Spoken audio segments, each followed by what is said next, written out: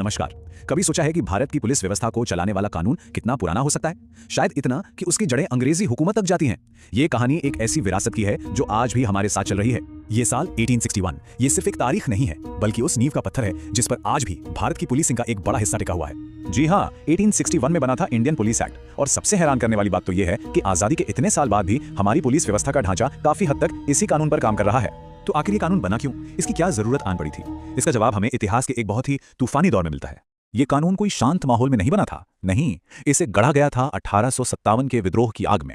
अंग्रेजों को समझ आ गया था कि उन्हें एक ऐसे पुलिस बल की जरूरत है जो लोगों के बीच से उठने वाली हर आवाज को सख्ती से दबा सके। और बस इसी एक जरूरत ने इस कानून का पूरा मकसद तय कर दिया। और वो मकसद सेवा करना नहीं, बल्कि सिर्फ और सिर्फ नियंत्रण करना था। ब्रिटिश सरकार का मकसद एकदम क्लियर था, बिल्कुल साफ। एक ऐसी पुलिस फोर्स बनानी थी जिसका काम जनता की सेवा करना हो ही ना, बल्कि भारतीय जनता पर ब्रिटिश राज का कंट्रोल और मजबूत करना हो। नियंत्रण, सेवा नहीं, बस ये दो शब्द, यही थे इस पूरे कानून की बुनियाद, वो मूल मंत्र जिस पर पूरे पुलिस बल की नींव रखी गई।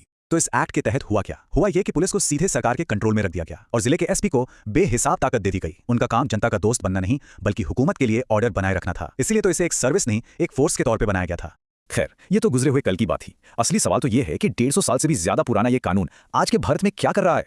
जरा देखिए, एक तरफ था 1861 का भारत, अंग्रेजों का गुलाम, और दूसरी तरफ है आज का भारत, दुनिया का सबसे बड़ा लोकतंत्र। एक ऐसा देश जिसका अपना संविधान है, नागरिकों के पास मौलिक अधिकार हैं।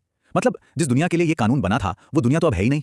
और यही तो सबसे चौंकाने वाली बात है कि इतना कुछ बदल जाने के बाद भी आज भी भारत के कई राज्य इसी औपनिवेशिक कानून या इसके थोड़े बहुत बदले हुए रूप पर ही चल रहे हैं। और जब सिस्टम इतना पुराना हो तो उसके नतीजे तो सामने आएंगे ही, जैसे पुलिस के काम में नेताओं की दखलंदाजी, जनता और पुलिस के बीच भरोसे की एक बहुत गहरी खाई, और एक ऐसा सिस्टम जहां पुलिस वाले खुद हर तरफ से दबाव में पिस रहे हैं। तो सवाल उठता है, क्या इसे बदलने की कोई कोशिश हुई ही नहीं? अरे बिल्कुल हुई, और सबसे बड़ी पहल आई देश की सबसे बड़ी अदालत से। वो साल था 2006 और केस था प्रकाश सिंह मामला। यहीं पर सुप्रीम कोर्ट ने पुलिस सुधारों पर एक बहुत बड़ी और बहुत जरूरी बहस छेड़ दी। सुप्रीम कोर्ट ने पुलिस को मॉडर्न बनाने के लिए कई साफ साफ निर्देश दिए। पहला, पुलिस अधिकारियों का कार्यकाल फिक्स किया जाए ताकि वो बिना किसी डर के काम कर सकें। दूसरा, एक आजाद शिकायत अथॉरिटी बने जहां पुलिस के खिलाफ सुनवाई हो।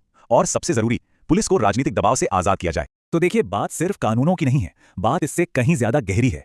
ये सवाल हमारी सोच का है, हमारी मानसिकता का है।